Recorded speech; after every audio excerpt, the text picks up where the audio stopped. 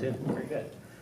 All right, Julian, I guess the first question I just want to ask is, how did you get involved with this project? So Henry Stotzenberg, the CEO of Mary Pickford, also manages my band, Mystic Braves. So he thought I would be a good fit to score this, and he put me and Andy Gladbach together. The He's kid also a band member? No, he is a classically trained piano player, and he scored Little Annie Rooney, which you guys saw last night if you were lucky. And yeah, so I agreed to take on the project, as daunting as it seemed, because I have no experience in this field.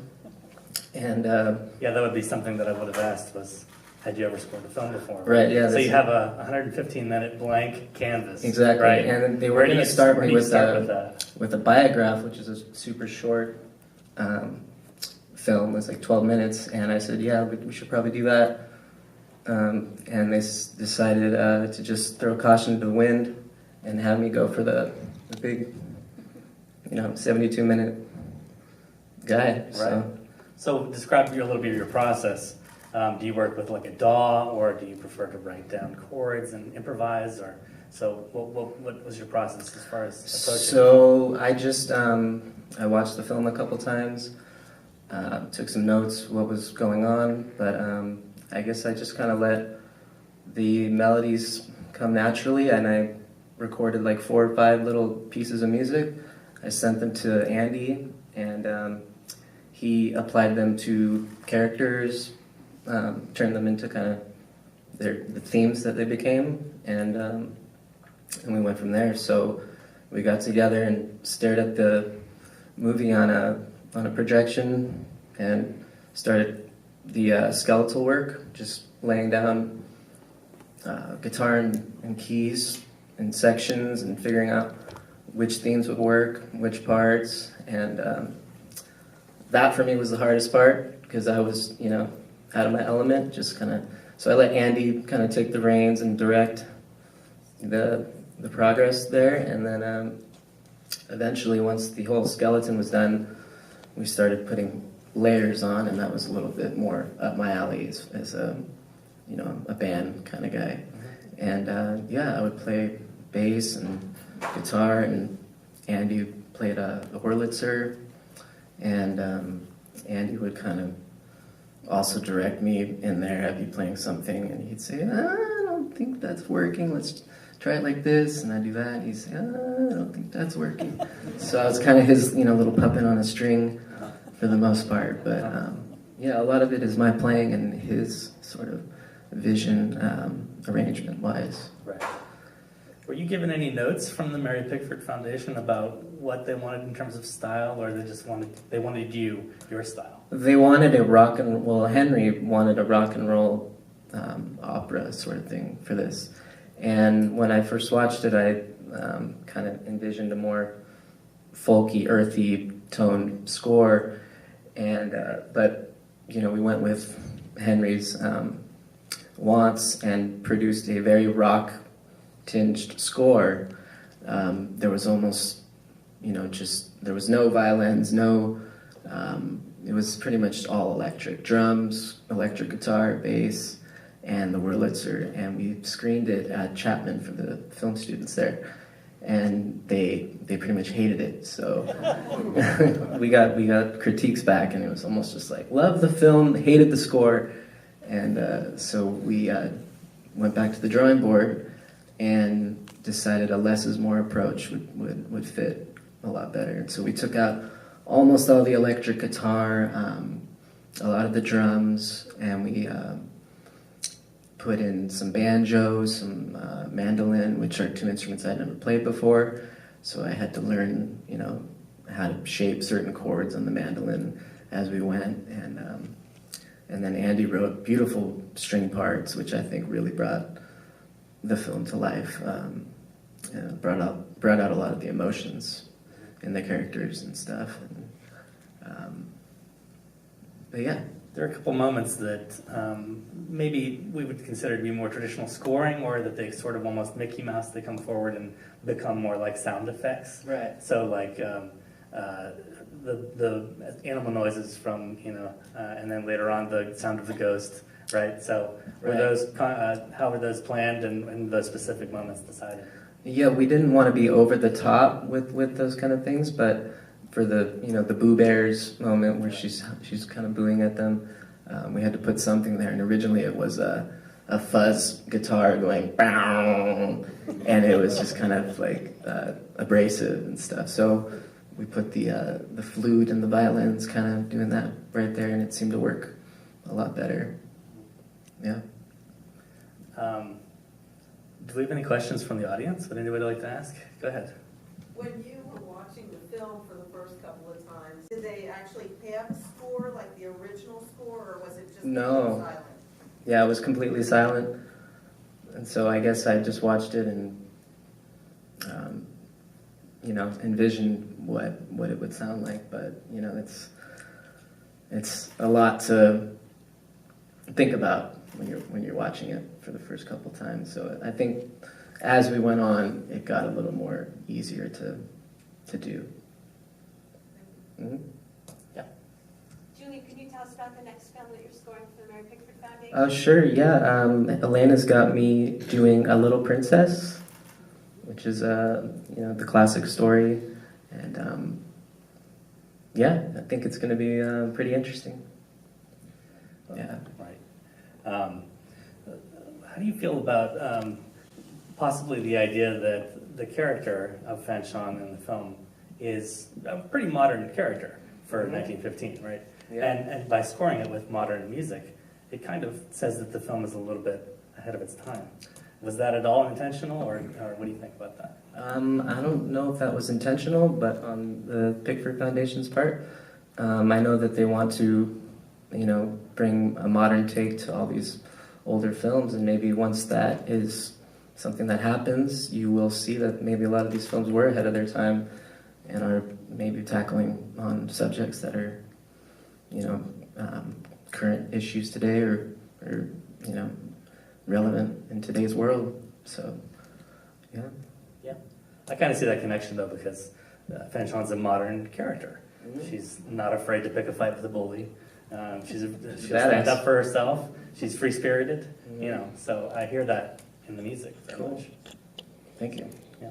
I think we had a question back there. Yeah, question? I had a couple of comments referring back to what you said about music and and she actually noted this before the movie, trying to get a younger generation to appreciate silent films.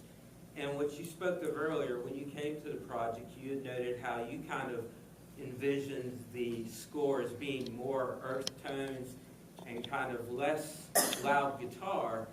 And I think sometimes that goes hand in hand when you first presented it that way to the audience, and they really gave a thumbs down. I think that continues to be underestimating the audience and what even a younger generation might be capable of appreciating. I recently watched on YouTube Maya Dern's Meshes of the Afternoon, and there was a composer named Marco Bizzoni, and I really didn't like the way he scored it. Her third husband, actually, in 1959, which I've yet had the chance to watch his score for film, but I was just, really, I felt eventually I wanted to turn the volume down because it was just too much.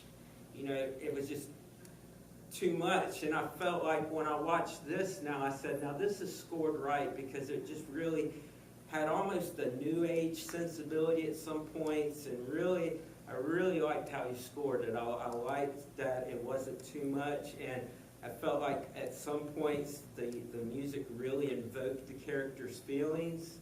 So I really thank you for that, because I got the feeling at first when the film started, I was like, I don't know, it's like it's going to be just, the music's going to take too much control away from the film itself and what a silent film was back then. So I can see, this can really help a younger generation, but yet I don't want it to take away from what a younger generation is capable of appreciating in a silent film. Oh, thank you, man. That means a lot for you to say that. I think that was the goal, is to, basically everything you just said. So, yeah, I mean, thank you, man. It means a lot. Thank you for the great job. I really enjoyed it. Thank you. Did you have any hesitations jumping into this, and what were they? Yeah, I mean, I think that my biggest hesitation was, can I do this? You know, I'm primarily a songwriter. So, yeah, I think this whole thing was a big learning lesson, or learning experience for me. I learned a lot from Andy, that's for sure. He's went to school for this, and so I think from what I've learned and stuff, I'm willing to keep trying to do this and see if I can improve and maybe do it on my own one day. So. Great job. Thanks. Wonderful. There was a wonderful movie here a couple of years ago. I believe it was called Score. And it was about how Film music documentary. Score, a film music fantastic. And I learned in that, and then today it sort of brought back to mind that I believe the music, the soundtrack was originally to damp out the noise from the projector. Great. Which made me wonder, as we were listening today, back then, was the score tried to be placed, as you've done, to the characters in the movie, or was it simply music to ablate the noise? Generally to a much more broad extent. In around 1915, it did already exist that there was such a thing as an original film score. The first original film score is generally credited to Camille Saint-Saëns, who is a classical composer you might have heard of, and that is a year before this movie would have been made and released. However, it's unlikely that this film had an original score. Very few films did. So most likely there was some kind of piano accompaniment that was either to a programmed book of classical music or possibly just classical pieces selected by the performer, that is simply mood music that would have conveyed the general sense of the characters, but nothing specifically timed or stylistically approached or anything like that. So a little bit, but kind of not really. Do you have anything to add about it? Did you say it was mostly did you study improvised, right? I mean, right, largely improvised. Yeah. No, I didn't study anything. No, to be honest, I just went into it.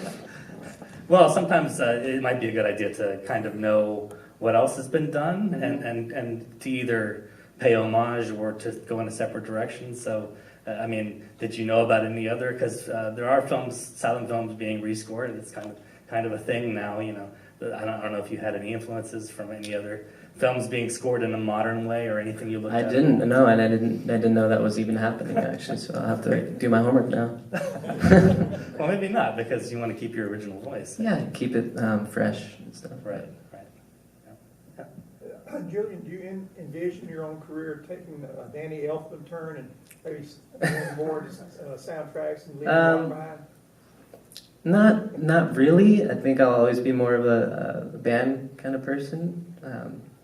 But I mean, I'm not opposed to that idea. So Trent Reznor most recently, right? Yeah. Question, yeah. Who did the vocals? Oh, that was my voice actually on it. We layered a bunch of harmonies and double tracked them to make them sound big and full and stuff, and some reverb to give a nice tone. Mm-hmm. I noticed that you picked a go-to tempo for sort of the in-between parts, or the bulk tempo, and then you have it go higher, lower, depending on the mood. How did you guys settle on that middle tempo? A lot of that was Andy figuring out the math of which tempos would work for the transitions and the different cues. So if the cue had a certain amount of measures, he would have to map out which tempo would work to make things kind of line up. So a lot of it was that, and then the pace of the characters and stuff, seeing what they're doing, and I guess that's about it. It was more of a necessity rather than It was more of a necessity, yeah, as far as like making things line up and match and transition. And was there any spotting as far as where pieces of music would begin and end, or is that more Andy's territory again? This is more Andy's territory, yeah, for sure. I wish he was here to help out, but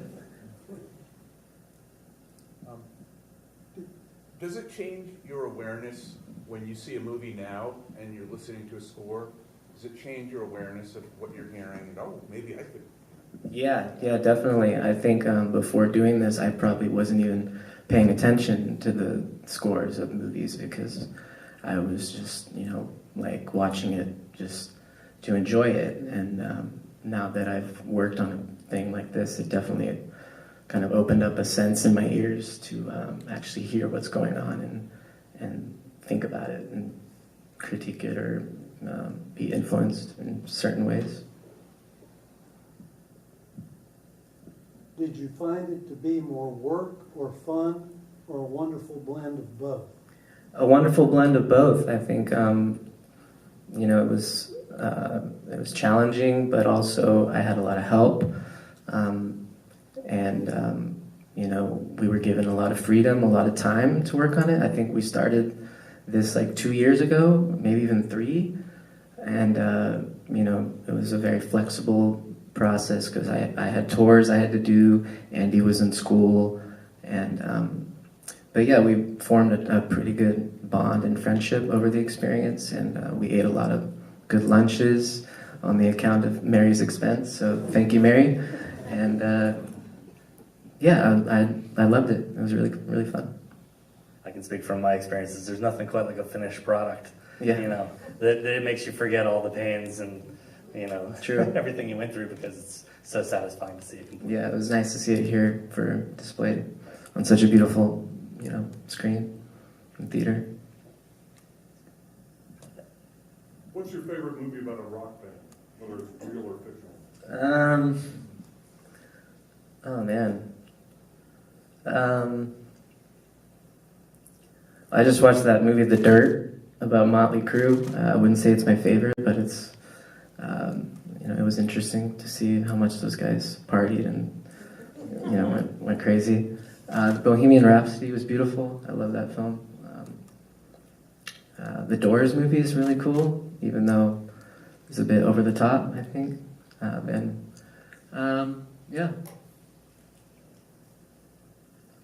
I liked Nowhere Boy. I think the movie about John Lennon, young John Lennon. It was cool. Spinal Tap, there we go. Yeah, drawing blanks over here. Quintessential, yeah. Mm-hmm. Julie, do you feel like this music is going to help people to get to know Mary? I mean, in the sense I would hope so, most yeah. people wouldn't even watch these films, and perhaps now that they have more of a hip modern score, perhaps people who wouldn't normally watch films think they would be exposed. Yeah, I think that's the goal of the whole thing is to make the film more relevant to today's audience, and hopefully a modern score is able to do that. I guess we'll just have to find out. And based on your experiences, did you find a connection to someone you would have never just... I did, yeah. I mean, I probably would have never seen the film if... Perhaps all of us in here may say that. Yeah. Really prompted by the last question. My question is, how do I share this experience, which has been fantastic. Oh, wow. Just so moving. You said this is modern, but it brought tears to my eyes because all those feelings and emotions and fairness and social exclusion, all those things, those are human things. Everybody experiences them now, and they did back then. And so my question is, how can we share this with more people? Because I don't know, is it something on Netflix where I could have people over? It's coming to Netflix. There's a Blu-ray, right? Yeah, no, there's a DVD. Rally is our distributor, and we will be streaming soon and looking into other options. So we are trying to get these out there, which is possible, and we have quite a few in production. Because I'm just a retail guy with grandchildren and friends, so. Well, please go to marypickford.org if you want to have updates for all the other films we are releasing. Okay, It will so- tell you a lot.